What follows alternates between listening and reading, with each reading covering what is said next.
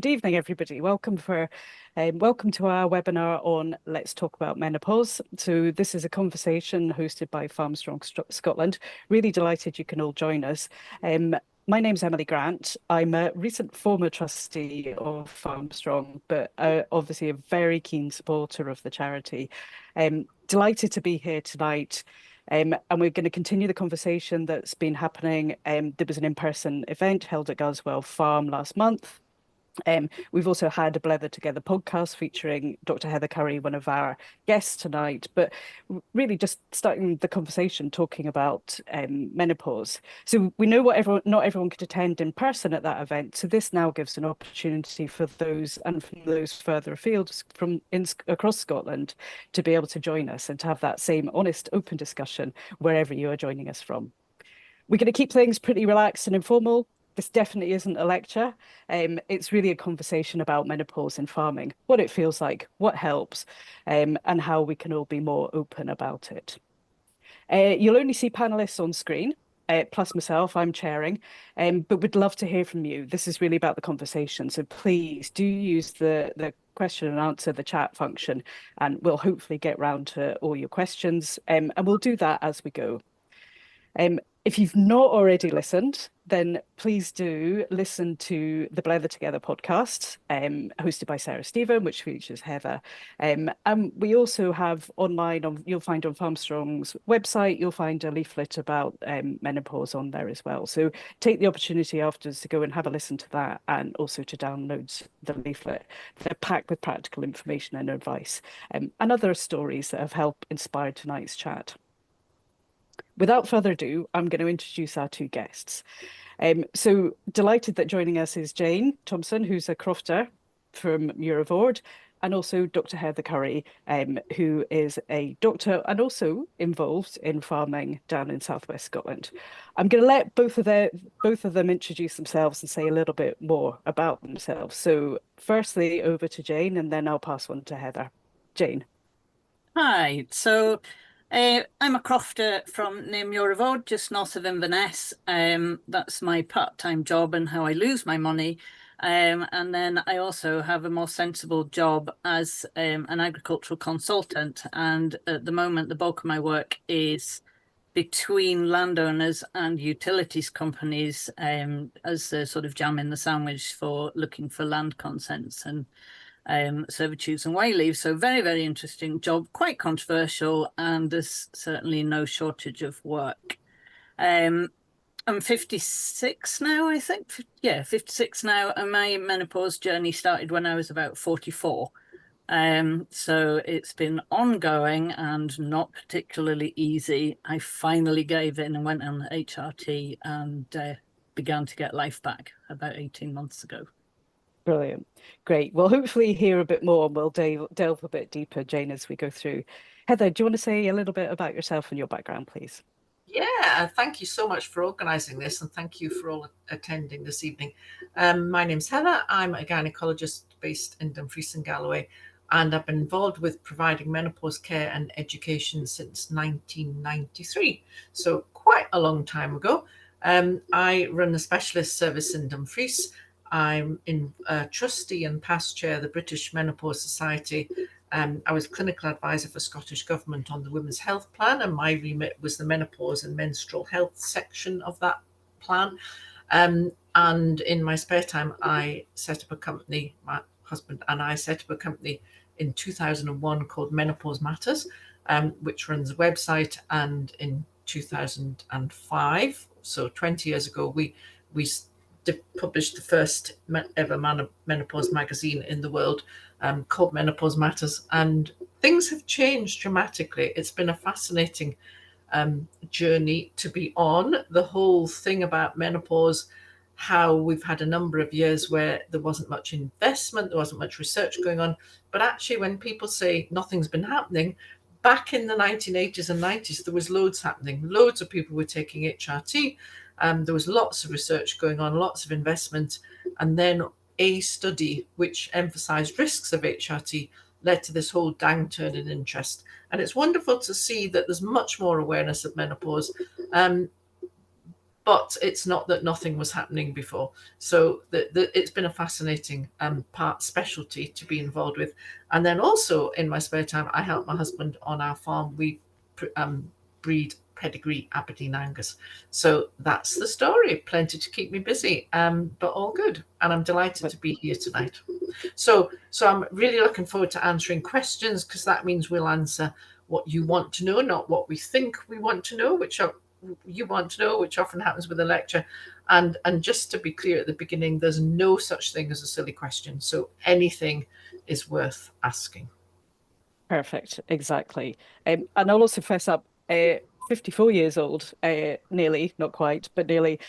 So yeah, been there too as well. So but anyway, we'll hear the story from Jane. Jane, I'll get you to start by really saying, you know, what were the first signs for you that you realized that something was changing?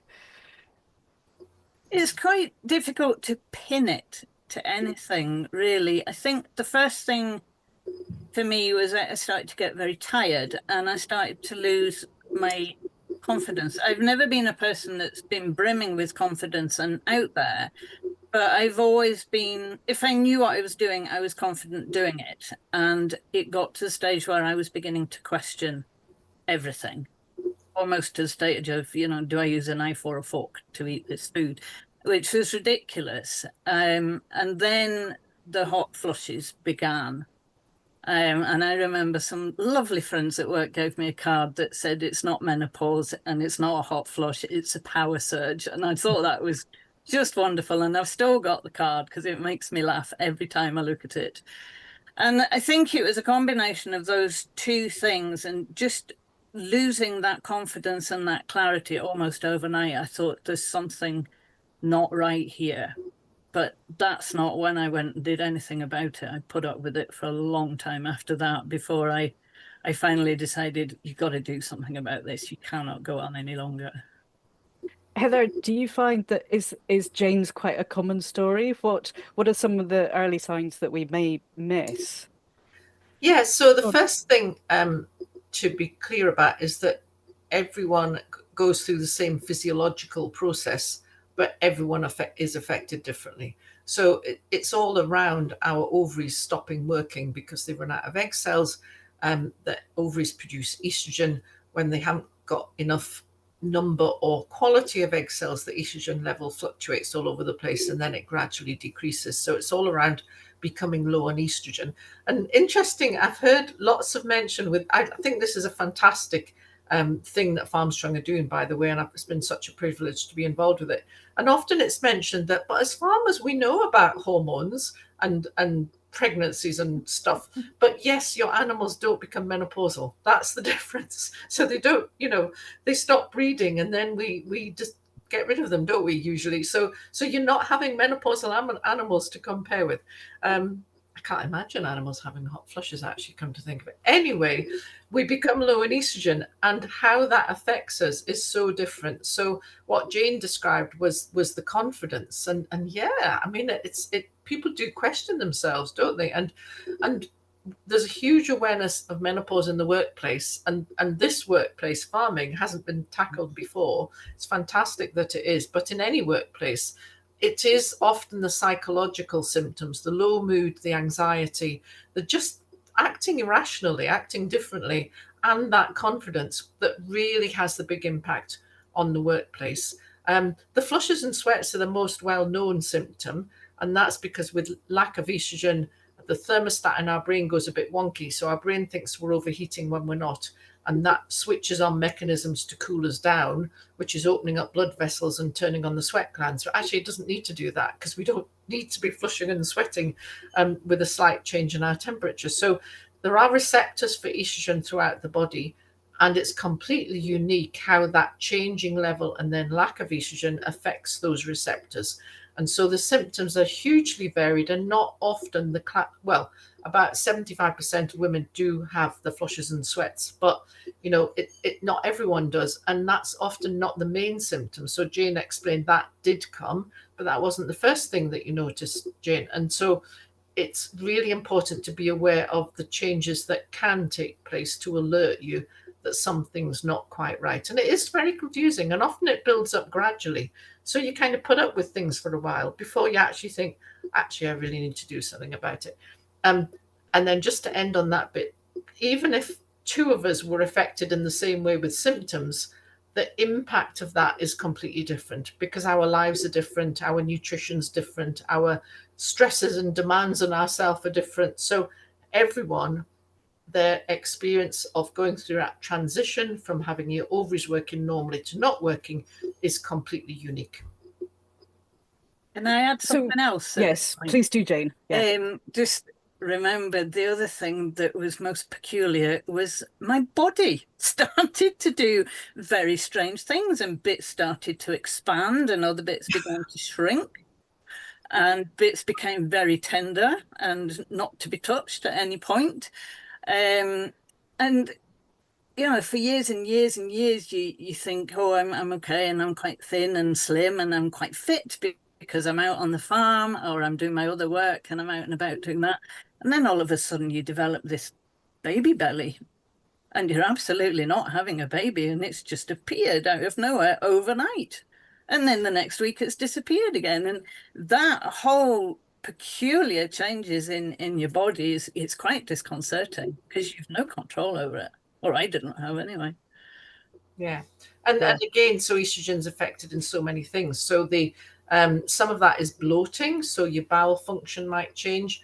Some of that is our metabolism and where we put the fat down. So we're meant to be apple shaped. So we're meant to have a nice sort of fat around the hips and a thinner waist. And sorry, we're meant to be pear shaped. I got that completely wrong. So sort of fat distribution around the hips, but then we become apple shaped. So we put the fat around the middle, and that's hugely can affect how you feel about yourself and your confidence. You know, you put the jeans on in the morning and they're just tight and it's just uncomfortable, but you think, I must be able to get into these. I just go for leggings. I mean, leggings are the answer.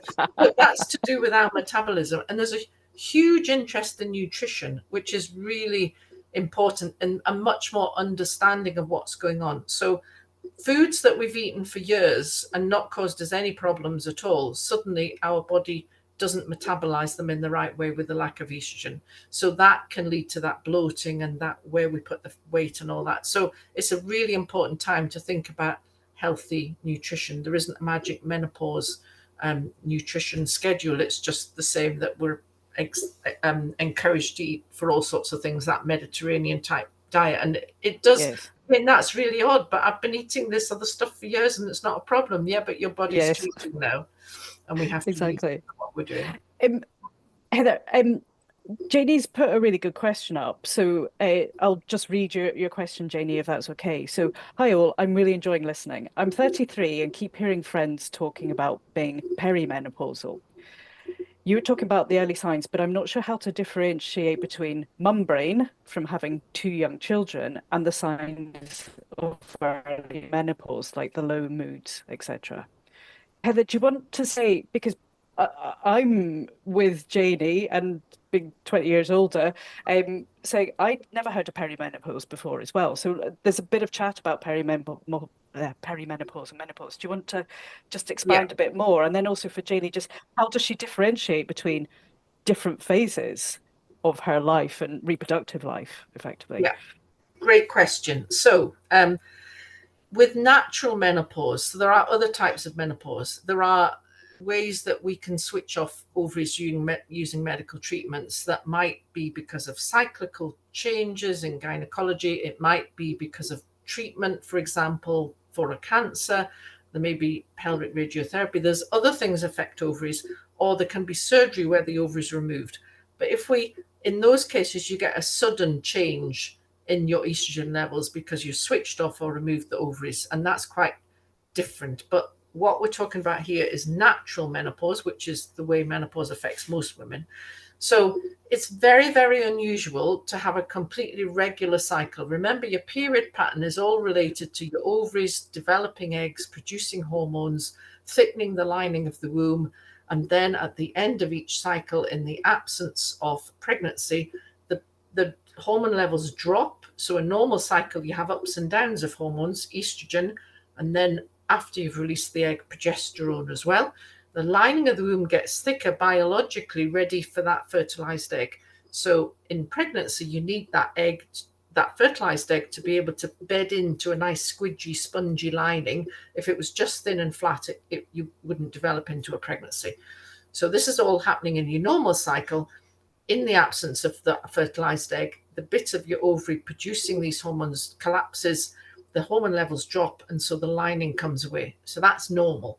It's very unusual to have completely normal cycles and then suddenly think, oh, haven't had a period for 6 months, what's going on? It's much more normal to go through this transition, which is what the perimenopause is. So often you get a bit of a change in the cycle. So your ovaries aren't responding so well to that signals from the brain with hormone production to stimulate the egg development. And you might say miss a month, and then the next period when it comes is heavier. And at that time, you might have times of excess estrogen, not lack of estrogen, because your brain is pushing your ovaries. These egg cells are getting lower in number and quality, so they need extra stimulation. You then might get a big surge of estrogen, and then it comes down again. So in that time, that's what we call the perimenopause. So it's from the change of your ovaries changing from them working completely normally, whatever normal is, because normal is different for each woman, but completely normally, to the point where your estrogen level's so low that the lining of the womb isn't stimulated and periods stop. And the menopause is actually the day of your final period. And you only know you've had that final period by looking back 12 months. So 12 months without a period, you then know 12 months ago, that was the day of the menopause for me. And everything after that is post-menopause. But you often have 3 or 4 years, or even sometimes a bit longer, when it just goes chaotic and up and down and fluctuant.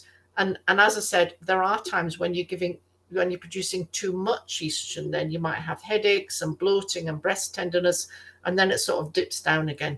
And that is the most difficult time because it's confusing. And to confuse things further, you can have a few months of that happening, and then your ovaries kick into action again, and everything's fine for a few months. So you don't do anything about it because it's all settled again. So I suppose, sorry, and I'm cut across you there, but so I suppose really the perimenopause is the transition phase, really. Yes, exactly. Exactly. And as you see, that's when it's up and down, and is that probably when most people are going to start to pick up the changes, because it's not. And I mean, I'm certainly one who never initially had hot flushes, and to me, that's all I'd ever learned was like menopause is about being probably pure raging, anger, being having hot flushes and your period stopping, and that was literally all I knew. I thought that's what it was about. Whereas it's not. It's a little bit more nuanced than that, effectively, isn't it, Heather? Is what you're saying? It's much more than that. And the problem in the past, when there was this focus on you can't be menopausal, you're not having hot flushes, that there wasn't as much awareness about the mood changes. So sadly, in the past, women have often been offered antidepressants when they weren't actually depressed. It was changes in their mood. It was depressed mood, low mood, anxiety, due to the hormonal changes rather than clinical depression. And there's much more awareness now that actually this changing estrogen level causes much more than the flushes and the sweats. But the key thing then with Janie's question is there needs to be a change in your cycle. I mean, accepting many people quite rightly take hormonal treatment to control the cycle. And that's good, because I'm going to say it now, there's nothing good about periods, never has been, never will be. So anything we can do to control periods, even stop them, is a wonderful. I've wanted for years to be able to say we can offer a period-free Scotland. In fact, why not the world? Let's just not stop there. Anyway, with increased awareness about menopause and perimenopause, sometimes we're now having people who are feeling rubbish. We can all feel rubbish. It's not always hormone related. And the problem is, if we think this must be menopause, please can I have some HRT? Often that's the wrong thing to do, because you're adding to already high levels of estrogen at times, and sometimes that's not helpful. So it's trying to think about what is my cycle doing and where I am, because, as she said, mum brain, young children, farming, it's all happening, isn't it? It's good to pick out what's hormone related, but it's not good to blame everything on hormones. No, Exactly.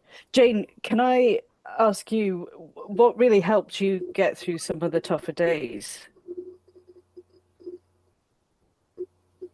Understanding, I guess, Yeah, what's happening. I had slightly other issues when the perimenopause or menopause was kicking off, in that I had a big fibroid hanging off an ovary. And so I got the fibroid embolized, and that damaged the ovary. So then I was kicking on one ovary, which was also thinking it was running out of eggs and all the rest of it. So it was almost an overnight kind of wham. Here you go. You've been faffing about having the odd hot flush and being a bit vague and a bit gormless. And all of a sudden, it was like, no, these are way on, full on hot flushes. And I have complete brain fog and complete rage. And I'm standing on the patio in the middle of the night in my underwear with my arms out because I'm just so blooming hot. At that point, I did then go to speak to the GP about it, and I said, "What is going on, and why has this happened so suddenly? And is it to do with this operation that I had on the fibroid?"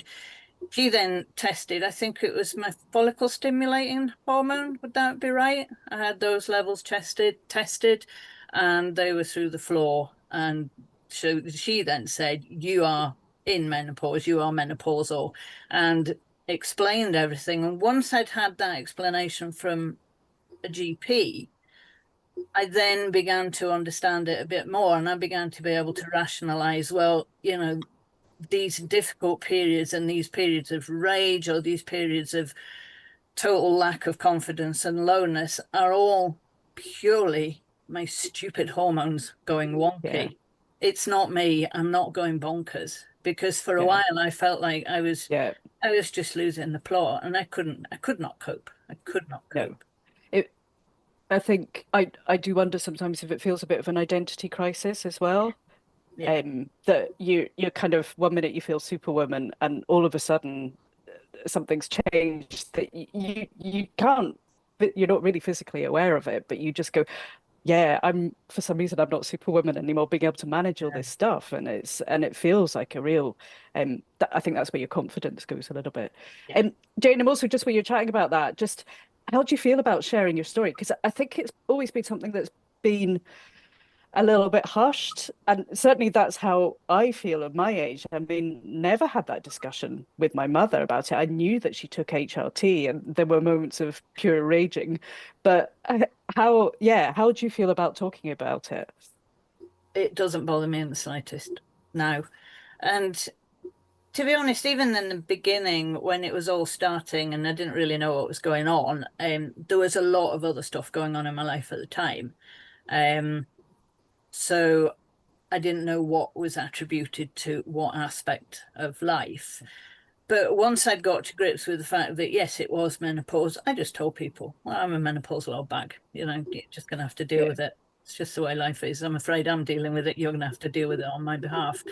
And to be honest, I haven't really had a bad reaction either from other ladies, from young ladies, old ladies, or from blokes. Nobody has run away. Nobody has said, "Oh, don't be so ridiculous." Yeah, the odd person has a bit of a giggle, um, but mostly it's been a good reaction. And okay, right, okay, we understand a bit now. yeah, exactly. Heather, why is it so hard to talk about it? Um, is it still hard to talk about? I think I again think it's a we're lot all better. very. It's a lot better. We're all very different, aren't we? So it's changed massively in the years I've been involved with this. A little story: when I started publishing the magazine Menopause Matters, it went out to subscribers and GP surgeries and stuff. And then I wanted to get it into the shops. So I wanted people to be able to go into a shop and pick up Menopause Matters magazine. And the company we worked with to do the placements said, yes, this is a great idea. This has never been done before, but you'll have to change the name. And I said, why would I want to change the name? And the answer was, no one will want to be seen going into a shop, picking up a magazine with the word menopause on it. So I said, that's exactly why I'm not changing the name. And so it's, So that has changed massively. I think it is okay now to talk about it if you want to. There are still some people who see it as a very private thing. And yes, they might be interested in getting the information and working out what they want to do with it, perhaps go to their GP surgery if they want to look into something prescribed, but they may not want to tell everyone about it, and that's fine. So it's just giving people the opportunities and the platform. And I think actually, when we started doing all this work in farming, that I think struck me as a big difference. So, I work in the hospital. People go for a coffee break together or lunch break together. It's very easy to say, God, I'm having a bad day today. I hardly slept last night. This is just, and I'm just so hot, and this uniform's horrible. That's not going to happen on the farm, is it? And I think it's not just farming. So any businesses, industries where you're quite isolated, or with quite a lot of men that may or may not want to listen or hear about it, or might still joke about it. And I think that is a big difference, that it's given people opportunities to talk about it and to learn about it. And that's why events like this and the other events you've had are so important. Exactly. Okay, there is a brilliant question, which is really, I love it because this was one of the issues I had. But anonymous attendee, thank you very much for this question. I'm in perimenopause phase and insomnia is the biggest issue. Would HRT help with this? Jane, are you nodding slightly as well? Yeah, okay, me too. Yeah, thumbs up to that question. Go, Heather. So there's lots of aspects to sleep. I have recently, I do quite a lot of podcasts. The podcasts are called Menopause Matters, Let's Talk, and we did one specifically about sleep. So that's worth having a listen to.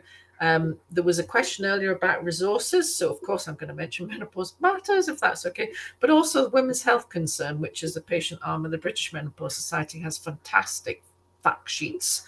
And there's a really good one on sleep there. So to answer the question, sorry, I do ramble a bit. To answer the question, it depends what's disturbing your sleep, whether HRT would help or not. So if it is that you're waking up because you're too hot, you're flushing and sweating, and that is what wakes you up, then treating the flushes and sweats will help with sleep. However, it's not, that will be the case for many people, but not for everyone. What they have done when they've done lab studies is that they find that some people have the wake up first, and it's not the flush that wakes them up. They have the flush or the sweat after they've woken up. So therefore, that's not really the direct cause. Some people find, so we know that our bladder and our vagina can be affected by the lack of estrogen. Some people are woken because they need to go to the loo. So if you can control that, and that doesn't necessarily need HRT, vaginal estrogen's the best treatment for vagina and bladder symptoms, then that will help as well. Some people are not sleeping well because of joint aches. And that can, looking at how do we treat that, and HRT can certainly help joint aches. And then it's looking at what routines we've got into. And again, we may have had bad sleep routines for years and it's not been a problem, but it's back to our body is changing now. What do we need to do differently? So things like, not eating too late, not drinking alcohol and caffeine, get plenty of exercise through the day. There's a whole load of things. So there's a load of simple tips you can do. Not using your screen, not being on your phone when you go to bed, checking what's happening on Facebook. There's a load of stuff that we're doing, not looking after our brains and not focusing on sleep. And there's lots of really good tips about that. So that's a long answer to say sometimes HRT will help, but there are other things around that, looking particularly at the cause of the sleep disturbance. But the sleep disturbance is a huge important thing in leading to other symptoms, such as the exhaustion, the fatigue, the forgetfulness, the brain function not working so well. Often correcting the sleep disturbance can help those other things. Yeah. Jane, you're nodding. Yeah. Go for it. For me, when I finally started on patches, the marked difference within a week was I went to bed and I went to sleep. And that's such a simple sentence, but my goodness, it was life-changing, having not slept properly for probably nearly 8 years.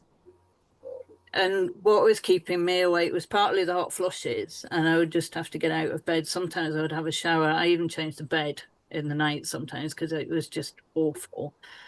And a lot of the time it was my bladder was saying, you need to go for a pee. So I would get up and go for a pee, and there was no pee to be had. So I'd go back to bed, and then I would go to sleep for an hour, and then I'd be like, oh, you need to pee. I don't need a pee. But yeah, I needed a pee, but I didn't need a pee. And the HRT resolved that issue as well.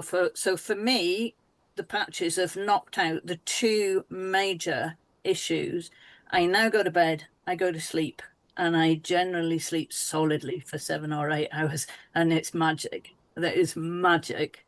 And as a result of that, I can now rationalize better. I can cope better with the mood swings. I can cope better with the anxiety. I can talk myself down when I've got myself into a tizzy.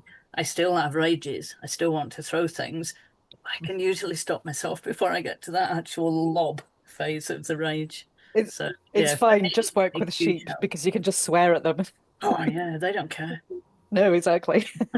Yeah. I think, yeah, it just what you say, Heather, really reiterates to me that it's quite a complex system, that this hormone is part of it, and sometimes just obviously that HRT, as it did for Jane, has helped unlock some of those key issues, and all of a sudden things just fall back into place again a bit, and yeah, Yeah, you're able to function. so exactly. And how good does it feel when you've had a good night's sleep? You can tick on the world then, can't you? Whereas the day before or the night before, you just, oh. HRT is the most effective treatment we currently have for these symptoms because it kind of makes sense. It's replacing the estrogen, and it's the lack of estrogen that causes the problems and sort of later effects. But it's not for everyone. Not everyone needs HRT. Not everyone wants to take HRT. Not everyone can take HRT, but it's a really important option to have. And I was interested, Jane, when you were saying that you held off taking HRT for all this time. And I think that's a sort of knock-on effect from the early 2000s when there was a big focus on risks of HRT without getting it in perspective. But the belief now is that for most women who have a reason to take HRT, there are three main indications, but and who are under the age of 60 or within 10 years of the menopause when they start HRT, there are way more benefits than risks. Nothing's perfect, Yeah. nothing is risk-free, but there are more benefits than risks for most women. Brilliant. Heather, just on that as well, and there's a question here from earlier as well, saying that there are so many options promoted on social media for managing symptoms naturally through supplements, etc. Are there any that you would recommend? So regarding supplements, the only one that we should all take is vitamin D, even if it's just over the winter, because a really important effect of lack of estrogen is an effect on our bone health. So with estrogen's really good for our bones, and when we lose estrogen, especially if we lose it at a younger age than normal, then our bone thins and we increase the risk of osteoporosis, where you get fragile bones. Osteoporosis doesn't cause symptoms, but makes us more at risk of fracture if we fall. So bone health, as well as symptoms, what we need to be thinking about is our long-term health. So we're going to live longer. We want to be as healthy as we can in that time. All the exercise we do on the farm, all the shoving and pushing and lifting and all those things we do just to do the job without thinking this is exercise. It's not like at the gym. It's not that artificial. It's not artificial exercise. I feel it's the best exercise because it's natural. All that's really good. But the other thing to look after our bones is calcium and vitamin D. So your best way of getting calcium is through your diet, not as supplements, unless you have quite a calcium deficient diet. But we all need vitamin D because we can get it in the diet. It's difficult to get enough. We make it in our skin from sunshine. We don't get enough sunshine, especially in Scotland. So vitamin D is the only supplement that's recommended for all.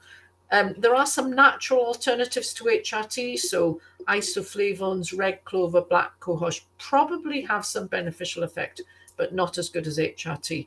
All the other things probably don't bother. Jane, have you tried any supplements? Do I have to confess? Yes. Yes, I did. I tried some natural things like the clover and the black cohosh or whatever it was called, and it made no difference whatsoever. I also in a period of sheer desperation, tried the ridiculous magnet down your knickers thing. Yeah, didn't work. Okay, no, I've never heard this, but anyway. It was Heather's serious. just nodding, going, Serious last-ditch attempt. No, that went back very, very quickly. It was very pretty, but honestly, really. But that's just, it shows how desperate you get and yeah, how you just want to sort it out and control it and get your life back, that you're prepared to stick a magnet down your pants. It's bonkers. So I am all for, if someone finds something helps them and it's not doing any harm, then fine. And Yeah. actually, some people find that magnet in their knickers does actually help. I've never understood completely, but but there are things like yoga. We focus in the magazine a lot about the whole exercise, about the nutrition, about getting out in the fresh air, about the mindfulness. All these things can be really helpful. And they can be used as well as HRT, it's not one or instead the other, of because exactly. all that other stuff is really important as well. Yeah. But there's a huge menopause industry now worth millions and millions of pounds. And so don't be, but then, if you're looking at social media, how do you know? How do you know which to trust and which to exactly. I think that's just a general social media warning, isn't it?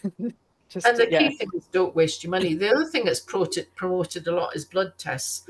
So I know you mentioned blood tests, Jane. If you're 45 or over, you do absolutely not need blood tests to diagnose perimenopause or menopause. If you're under 40, then it is worth having blood tests, because there's specific things we also look for to see if there's a cause of having had an early or premature menopause. But 40 to 45, sometimes it's helpful, but not usually. You can usually work it out from symptoms and by understanding what's happening to the period pattern. But 45 and over, it's don't have blood tests to diagnose perimenopause or menopause. And if you do take HRT, absolutely pointless having blood tests to monitor how it is. But people are charging for that. You can buy kits to measure a finger prick test or a urine test, and just don't. Heather, can we just briefly touch again on exercise? Because Anna has given us a question here saying that I believe menopause can change your muscle mass. Yeah. So what is the best exercise you can do to help your body? Any exercise is good. The most important thing for me is if you're in farming, you're going to be having lots of exercise. You're going to be doing natural exercise, as I mentioned, but other exercise, something you enjoy and something that's sustainable. There's no point in forcing yourself to do some regime that you're not going to stick to. I wouldn't. I mean, something that's easy. You don't have to go to a gym, do stuff at home. There's some really good YouTube videos that I tap into now and again, and then think, I'm going to do this every day. This is so much fun. It's great music. It gets me moving for half an hour. Because in my not the farming job, but the other job, I can be sitting all day. That's really bad. Exactly. And so just getting about and moving. But then, of course, I don't, because there's always things that get in the way, isn't there? There's always other jobs to do with it. But we should really invest in our own health in this time. Dancing around the kitchen, that's fun, anything that gets you moving. Jane, I dance. Yeah, Jane, did you twice a week? Did you change anything about your exercise? Kind of knowingly, but a friend of mine said to me, did I want to start going line dancing in the village hall? And I was like, no, I don't know. I won't like it. I'll hate it. And she said, well, just come, because it's free for the first session. It's only an hour. It's 5 minutes down the road. Just come. Let's go and see what like. So I dragged along, kicking and screaming, with my toes dragging along the tarmac. And wow, that hour just flew by, and I absolutely love it. And I've been going ever since, and I now go to another class. So I go to one class on a Monday night, and I go to another class on a Friday morning, which I'm able to do now. I'm self-employed, and it's an hour out of life. You can't think about anything else, because if you start thinking about something else, you fall over your feet. And it's lovely, and it is all ladies, just the way it happens to be. It's all ladies, and most of us are sort of my age and above, so we're all going through, or we've been through the same thing, and it's just super. And it really, I think dancing has made a huge difference. And Yeah. if things come on the radio that I usually dance to, I'll dance in the house and the dog's looking like I'm bonkers. You know, it's I lovely. love that. Yeah, you're ticking so many just general well-being boxes as well as menopause well-being boxes as well. So thank you. And I actually found yoga really helped me actually. I don't know why it took me to my 50s to find yoga, but it really helped with my sleep actually. If anyone else I don't know if anyone else has ever found that. Okay, there's quite a specific question from Nina, which I might just come back to later, Nina, because I think we'll just keep sticking on this theme of the more general stuff. But don't let me forget, Lucy as well. Please don't let me forget that specific question. Jane, in terms of, I just wonder, have where you're at now compared to where you were in your 40s, if there was one piece of advice you could give to yourself, what would it be? Really difficult, but probably just to understand that the menopause can begin, perimenopause can begin at any point. We all think of it as mid-40s, mid-50s, but it can begin earlier than that for various reasons. So I guess my thing would be, if you start systematically feeling odd or different and not like yourself, do something about it. Speak to somebody, speak to a friend, or get a phone appointment with your GP and just say, look, this is going on. I don't quite know what's happening. Could it be that I'm perimenopause? Yeah. And actually, the other part of that is that we've previously associated menopause very negatively, and it's Yes. getting old and everything's flopping and loss of fertility, and whereas in some cultures it's seen really positively as an age of wisdom, and no periods, yay, and we don't need to worry about contraception, yay, and one of the reasons I published the magazine was to glam up menopause, because it's quite dowdy, and if we associate it with getting old, then it's kind of, well, I don't feel like I'm old enough for this yet, I'm not quite ready, and that also acts in when we recognize it, I think. But you're absolutely right, it can start early, and it's just really important to know what to look out for. We have been providing resources and education for many years, but the reality is that you only really become more tuned into something when it affects you. So if you read something in your 30s, it can happen that young, but that's unusual. But if you read something in, right, I better find out about menopause, are you really going to do that when you're busy running around with your young kids and everything else that's going on? You're not. I'll do that sometime. And that's the whole thing of creeping up and not wanting to feel that you're getting old enough to be menopausal. Yeah. Yeah. Great. There are a couple of specific questions, which Heather, it was okay, I will come to just now. So the first one, quite specific. Hi all, can being on the mini pill mask symptoms, sorry. So the mini pill, there are different types of mini pill. Doesn't mean it's a tiny pill. It's a hormone pill which is just progesterone, whereas you have other contraceptive pills which are estrogen and progesterone, but the mini pill is just progesterone. It can be really useful in that stage when things are fluctuating and going all over the place, because it suppresses egg release, and by doing that it suppresses the fluctuations, so it levels off your hormones. So that will suppress some of the cyclical symptoms. Lots of women have symptoms in the week leading up to the period. So, and they may have breast tenderness, they may have bloating, they have mood changes, all sorts of things going on in that, and may have flushes in that time. But if it's just a cyclical thing, not all the time, the mini pill can be really good for leveling that off. But as your own ovaries produce less and less estrogen, while the mini pill controls your periods, because if you don't have the ups and downs, you don't have the periods, brilliant. We use it in lots of circumstances, even if someone doesn't need contraception. And that's a message. You can use hormonal contraception for non-contraceptive benefits, including leveling off that chaotic, crazy, wonky cycle. And secondly, for controlling periods. As your ovaries produce less and less estrogen, it won't mask those symptoms. So you could still look at, you won't have a change in your period pattern, which is one of the indicators that things are changing. So if you've suppressed your periods, as I saw there was a question about Mirena coil, the same thing. If you don't know what's happening to your periods because you're on the progesterone pill or an implant or a hormone releasing coil, that's just great not to have periods. But what you would do is look out for the other symptoms, because that's controlling the lining of the womb, but your ovaries producing less estrogen, that will still produce some symptoms if you're going to have symptoms due to that.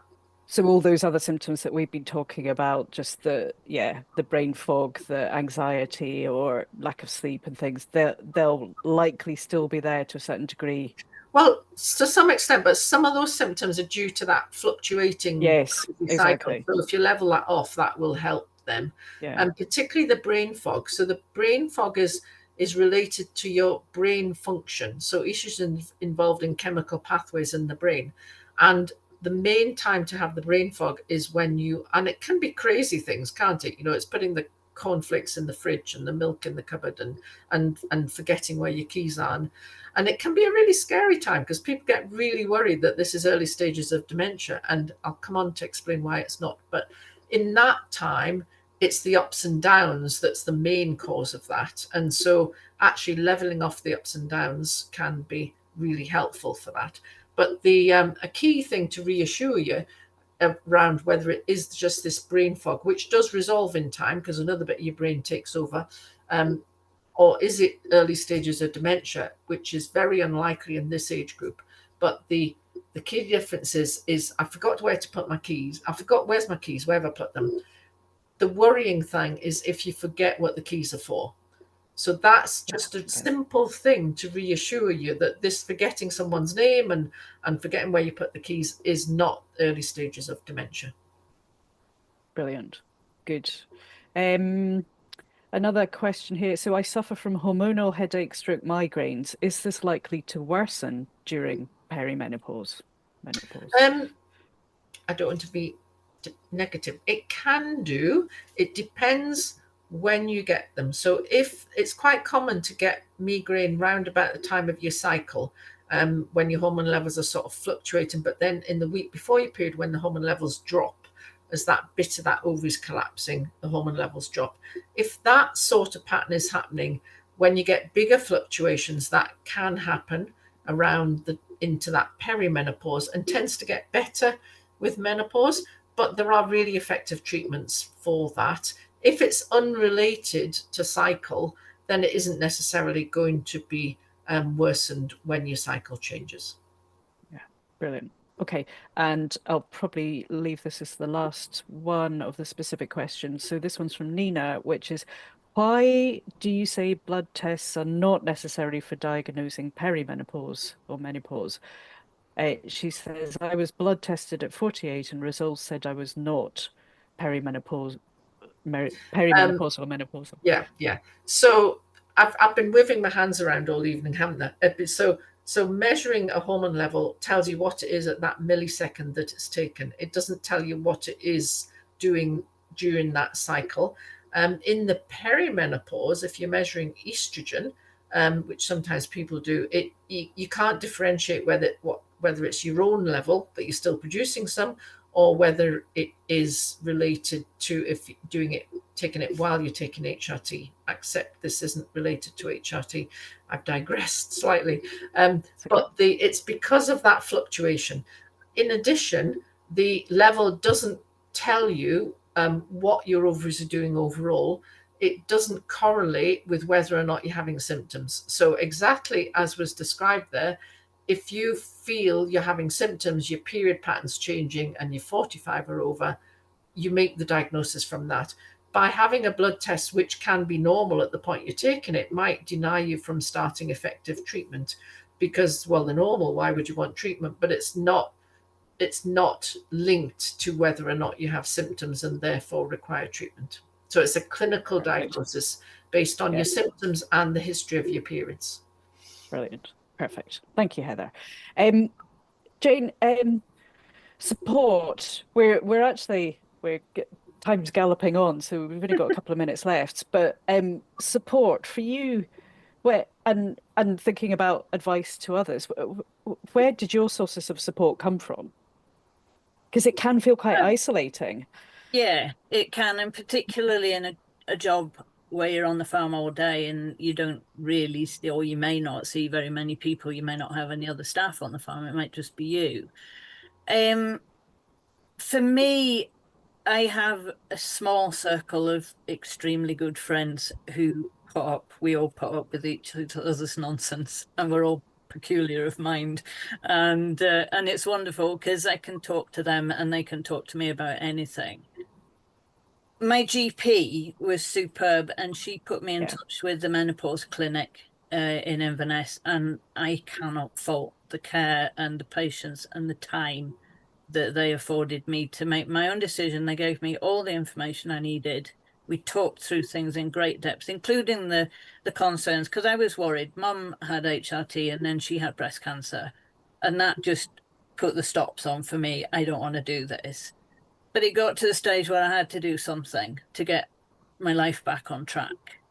And I explained this to the lady, and she put down her pen and she crossed her legs and she just sat and she talked to me and she showed me statistics.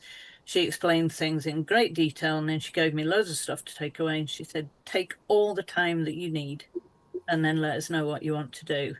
So for me, it was really a combination of friends, GP, and that lovely lady at the menopause clinic. I wish I knew her name. Oh, Yeah, bless her. fab. Heather, do you want to add anything to that? And actually, I don't know whether you experience, because we haven't really talked about them yet, but other halves. Yeah, and actually there was a question right at the beginning saying, what can my other help do to help me? So as I said in the podcast and things, we don't want solutions, do we? Men like to fix things. We just want them to understand, to listen. You know, I hope, is anyone, any men on I this? hope there are one or two. Yeah, and you know, the leaflet. So there's a leaflet on the Farmstrong resources. You know, why not print that off and just leave it lying around and just start that conversation? It's very personal, isn't it? And it's very individualized. And it's just, if you're having a difficult time, what I think is really important, that they don't just get asking lots of questions and trying to fix it. It's just, you want them to know what's happening and what you're doing and what the options are. I mean, I'm speaking from my personal point of view, and it may be different for everyone.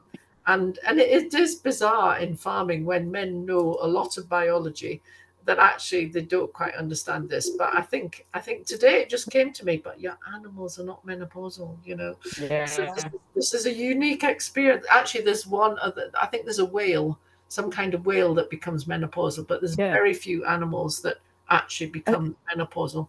I think it's orcas, isn't it? Killer whales. Sorry, that's me. Yeah. Feel So, like and people do all sorts of things. So people that get the magazine sort of leave it lying around. But actually, that resource from Farmstrong is a great resource to have. Yeah, and them not to get cross if we're a bit grumpy one day and aren't physically as able. You know, the physical demands in farming are huge, which I think there's two sides to. One, it's great exercise to keep your bones healthy, to keep your muscle mass healthy, on just getting through what you have to do to feed these animals, to muck them out, whatever. But actually, on the other hand, do you feel up to doing that amount of physical exercise? Some days you may not. Exactly. So for them to understand the changes this is leading to would be really helpful. And can I just say, men do get grumpy too. They do. They do. Sorry, blokes. They do. Yeah, we all get grumpy. Yeah, Heather, do you want to say anything else about kind of professional support, particularly GPs? Because we slightly alluded to, and I know I've had friends as well who have gone to GP and have straight away been put on to antidepressants, where actually that's probably not what they want. And I know, and some of those friends have since seen a different GP and have had an entirely different response and outcome for them. If people think, is it how do they make sure they're really accessing that really good advice from professional services? Yeah, well, the British Menopause Society vision for menopause care in the UK is that women have lots of information, the correct, trustworthy information. As we've already said, there's a lot of misinformation out there. So it's trying to find the resources you can trust. That then in every GP practice, there is someone with a special interest who has that extra knowledge. And then actually, the National Education for Scotland, NES, have some modules online that are free for all healthcare professionals to learn, to just get a really good basic understanding about menstrual health and about menopause. So we're really encouraging those to be used. Of course, the capacity in primary care is under huge, it's really difficult at the moment. They have a lot on, but we're not expecting everyone to be menopause experts. But there's a lot of education and resources available that are free, and meetings, so that someone has a special interest. And the first thing is for you to recognize what's happening, because if you just phone up and describe the symptoms without you realizing it's hormonal, you then might be down that wrong track of antidepressants or whatever. And so it's for women to recognize and to be able to say, I would like to speak to someone who has a special interest in hormonal health, women's health hormones. And then every health board in Scotland has a menopause specialist service. And the specialist services are there to support the primary care teams and to give advice. And a referral might not lead to an appointment. It might be, I suggest you do this, this, and this, and here's some resources to link to. So that's where we are. It's actually, we're quite well off in Scotland for the number of specialist services that we have. But I can't guarantee everyone is going to get the right information. But there's a lot of work going on to try and get to that. Brilliant. Thank you, Heather. We're nearly at very, very close to 7:30. Jane, is there anything that I haven't asked, or is there anything that you've been really dying to say tonight that we haven't covered yet? Not really, but I see in the questions there's a couple of queries about merino coils. I have a coil, and I am on Everall Conti, is it, patches? The coil is staying in because that thing is now coming out. I've had one removed before, and this one is not coming out until it absolutely has to. And it was left in on the advice of the menopause clinic and the GP. They said it can stay there and it will work in conjunction with the patches. So I don't know if you want to comment on that, Heather. Yeah, so the merino coil, so the key thing here very quickly is main part of HRT is estrogen. We also need progesterone to protect the lining of the womb. You can take that in tablet or patch form with your estrogen, or you can take it with a hormone releasing coil. Or if the coil's getting a bit older, you can keep it in because it's still having a bit of an effect, but you can take progesterone with your patch or tablet. So it is a fantastic invention. I know you mentioned it being a bit sore, and there was one there that there's one question saying it was really sore being put in, but for many women, you can't say they won't feel anything. It can be uncomfortable. It is such a good option in that perimenopause, especially when it controls periods, when it provides contraception, which is still needed. Lots of women feel, well, I'm in that perimenopause. We don't have sex very often. I probably don't need contraception. Yes, you do. So it's really good to have that on board. And with that, you can take the estrogen part. It makes your HRT a bit simpler. So it does control periods. You won't know then when your last period was, to be honest. It doesn't matter. Just know what to look out for, those symptoms of your estrogen level going down. And it's a great invention. Fabulous. On that note, Heather, Jane, thank you so much for your honesty and humour tonight as well. Jane, standing outside near naked, trying to cool off, just really hit home. As did when you said you went to bed and you went to sleep. That sounds like a great reason to be on the HRT as well. Thank you to everybody who's asked all the questions, who's joined us online. Recording of this will be available soon on the Farmstrong website. You can also find Heather's podcasts the Blether Together podcast, and also, as I said earlier, the Farmstrong Menopause leaflet. Obviously, Heather has Menopause Matters as well. We can hopefully maybe provide links to that as well. But remember, I think it's really important, the more we talk, the easier this gets. So keep the chat going, everyone, whether it's with friends, partners, or workmates.